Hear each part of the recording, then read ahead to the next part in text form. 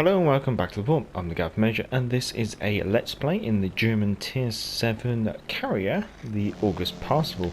Now this is a Tier 6-7 game of domination on Greece, on the enemy team with Benson, Akazuki in the division with Lexington, Belfast, Flint, Colorado, Bismarck, Georgia. So AA-wise, Lexington's going to be good, Georgia's going to be pretty good. Belfast and Flint are going to be good. Akazuki and Benson are also going to be quite good. Anyway, so first of all, I haven't set any autopilot. I've simply just launched my torpedo aircraft. I'm just getting out there to see what's going on, see what I can spot. Ideally, I don't want to be taking too much damage with my aircraft, and I'm finding myself kind of sandwiched between the two cruisers. I've also spotted most of the battleships. So my intention of using the torpedo aircraft is just to do a bit of spotting at the start, and torpedoes are a lot more effective against destroyers, so that's what I'm potentially looking for. Looks like we found one over here. Just going to do a very widespread drop there. He's going to be spotted. He's not going to come under fire though, so we might just try for one more widespread on the Benson. We'll see what we get, but I don't think I'm going to be getting them. So knowing that, and kind of, I want to try and second guess what my team's doing, but at the moment they seem to be all over the shop, so there's not necessarily a flank that I should be supporting, I don't think. I mean, the centre is probably the only place we seem to be making an advance. Our battleships don't seem to want to commit to a flank yet. Noting the Colorado is isolated, so that's advantageous. Also the Belfast and the Benson are smoked up, so they probably won't see me until I'm either spotted by the Colorado. So this is a potential for me to get a cheeky drop on the Colorado. So what I'm going to do, nice widespread in there, take the aircraft back up, bit of evasive manoeuvring, and see if we can swing it round and down onto the Colorado. Probably going to lose one combat effective aircraft, but we'll see.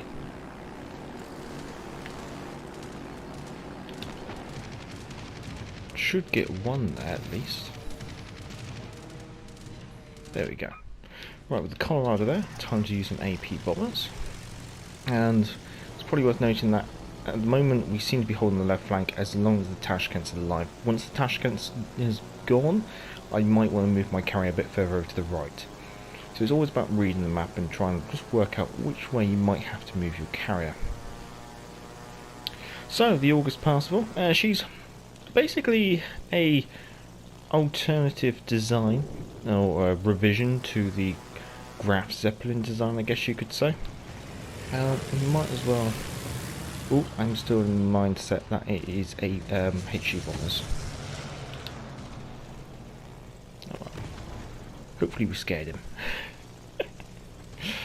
Right, yeah. So we're going to try and swing around onto the Colorado. So in regards to talking about the Graf Zeppelin, probably one of the worst carrier designs of World War II. Basically, she could carry 42 aircraft or 43 aircraft, depending on what resources you look at. Now, no, there was no plans to have a naval Messerschmitt 110 as you have in the game. The aircraft that would have been carried have been Junkers 87s, Messerschmitt 109s, and also some of the Geisler torpedo aircraft, those biplane aircraft that we have at the Tier 5 and Tier 3 German carriers. Now, the reason why...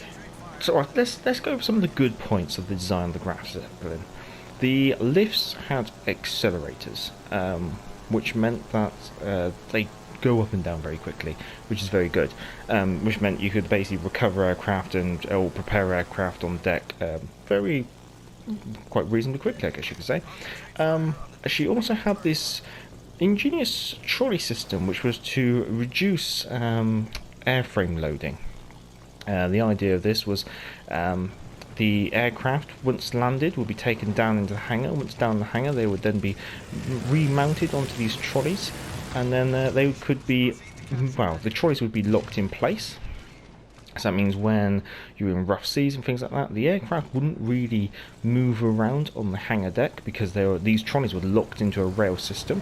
And then to move the aircraft around, you simply push the trolley around. So therefore, you didn't really have to push the aircraft around, so you didn't have to handle the aircraft. And then when it came to launching, I'm not sure if the trolleys were recoverable or whether they were disposable. But basically, the trolleys would go up to the catapults, and then the aircraft would be launched from within the trolley.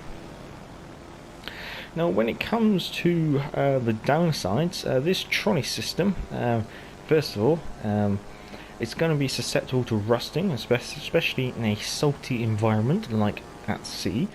Furthermore, during rough weather, it was to be protected by like metal sheeting that was locked in place. So that sounds like a really good idea until you realise that this is going to take a little while to actually remove while you're in operations. So imagine you're in rough weather and suddenly need to remove these cowlings. That's going to be pretty difficult to do. So you're not going to be able to launch aircraft in any form of rough weather. Furthermore, she had air compressed catapults. Now, bearing in mind she's carrying 42 aircraft, the catapults could only launch 18 aircraft. Once they had launched their 18 aircraft, they had to recharge for 50 minutes. So, even though you carry 42 aircraft on board, you can only launch 18, and then you have to wait 50 minutes before you can launch another 18. So this leads to some probably awkward situations if she ever was developed. So, of course, she never really did get developed, which is by no means not a surprise considering the war that was going on. Obviously, the design was partially reinvigorated in 1942, however, wasn't really ever seen through to the end, and she ended up being a Soviet war prize.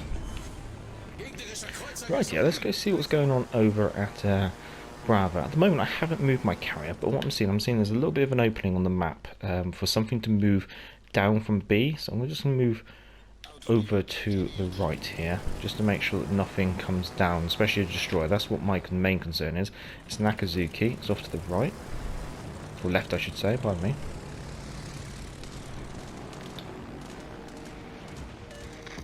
What a really interesting torpedo spread. Oh, well, we got 6 more torpedo aircraft, so we're going to launch them.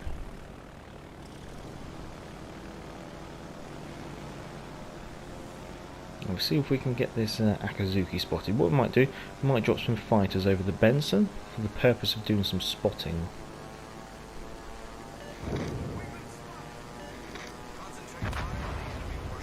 So we'll drop the fighters here, and then we'll also drop in for a run. I might just drop those there. Can just... They're probably not going to arm in time though. No. It was a cheeky chance. However, we did get a torpedo hit on the Akazuki, potentially. Did launch torpedo aircraft there, but there's not enough of the flight to really justify it. So I'm going to use the AP bombers. I suspect that Georgia might come under trouble from AP bombs. No, it's the Lexingtons, it'd be HE, so yeah, it looks like he's pushing on that. So that's...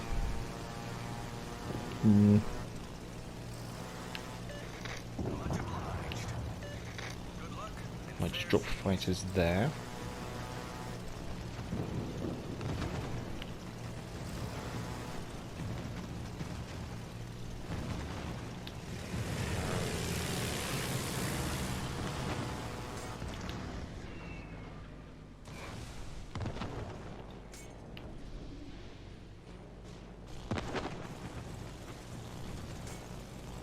There's a Georgia in there somewhere.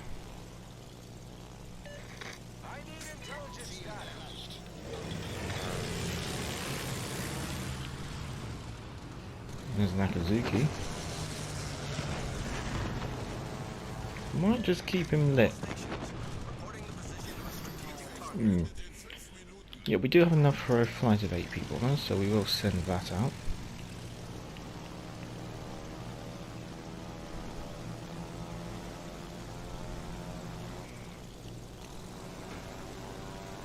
And then we might have to consider an alternative location for our carrier.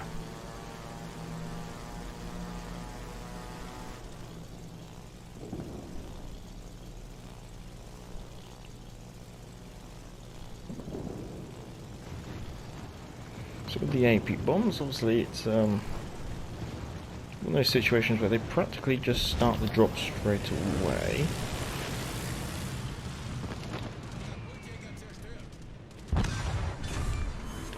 But we are not in a position to really hang around in this sector. I want to make sure I turn to the left. There we go, we'll do that.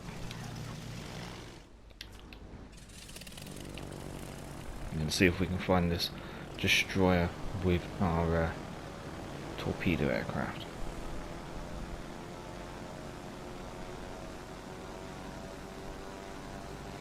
So we know he's going to be at the Alpha objective.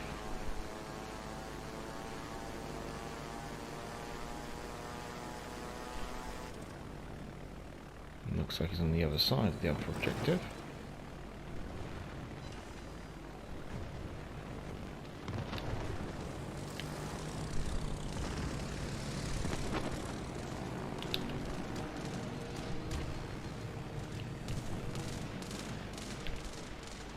And then we're just going to swing it around and see if we can reapply pressure. But the thing is, the Akazuki does have a very good anti-aircraft complement.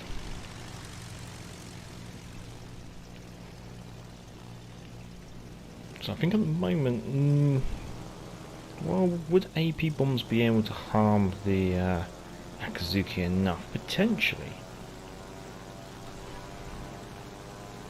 Dropping fighters there with the anticipation that they will help deal with the bombers as they come in. If not, there's more fighters at the carrier to defend the carrier.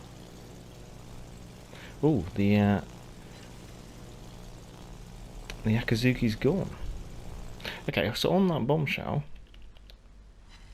let's make a dash towards.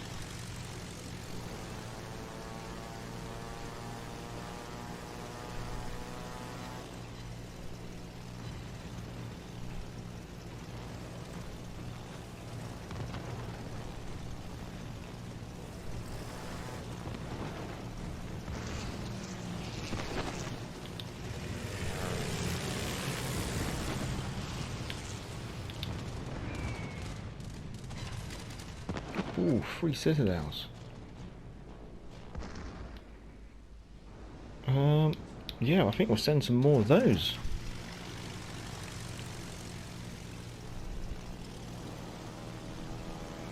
And what we'll do is also quickly check our autopilot. Autopilot seems to be alright. What I might do, I might just try and jink these bombers. So that's the other one. Always consider what maybe your what your autopilot can do to assist you in dodging incoming damage. Because by doing little autopilot changes, that can also help throw enemy aircraft coming in, or even allow you to actually dodge torpedoes if you take your time. Another 2 citadels. We don't need to keep duking off, so we can just quickly correct our course. And then also watch the minimap and see where his torpedo aircraft come from. And then see if I can quickly use my... and what I might do a quick boom and zoom with these.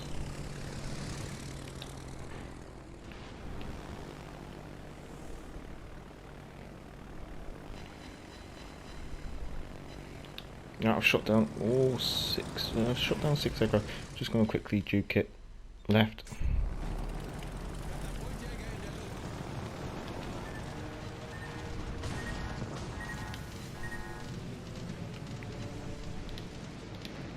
Just waiting for some aircraft to come back, I think.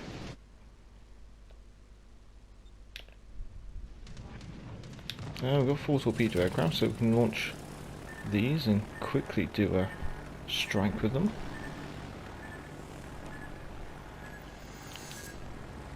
But yeah, couldn't finish off the Lexington, but that was hopefully a reasonable game in a carrier. Just doing a couple of different things, showcasing a couple of different things, and also getting used to them. But it's quite ironic to what I believe to potentially be one of the strongest Tier 7 carriers is based on the design of what I would consider to be one of the worst carrier designs of World War II. 99,000 damage from 6 torpedo hits and 12 bomb hits, causing 2 flooding and 9 citadels, shooting down a total of 20 aircraft, destroying 2 ships and getting 2 defender ribbons. Coming second on the team, can't really complain about, and that's on the winning team as well. Usually coming a reasonable position on the winning team sometimes can be a little bit more difficult than in some other cases. Walking away with a profit of 242,000 credits, that's after a ship service cost of 147,000 credits, and that is also with a rare credit booster which improves my earnage by 20%. So all in all, I'm quite happy with that. Hope you have enjoyed it. If you have, feel free to give it a thumbs up.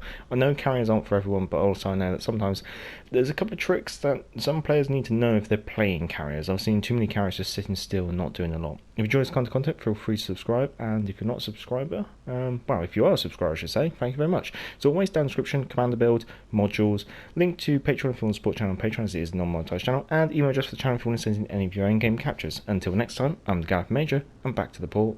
Hey, hey, clear the way, here comes the Galloping Major. Get out of the way there, you fellows, unless you want me to run you down. I guess this is the life.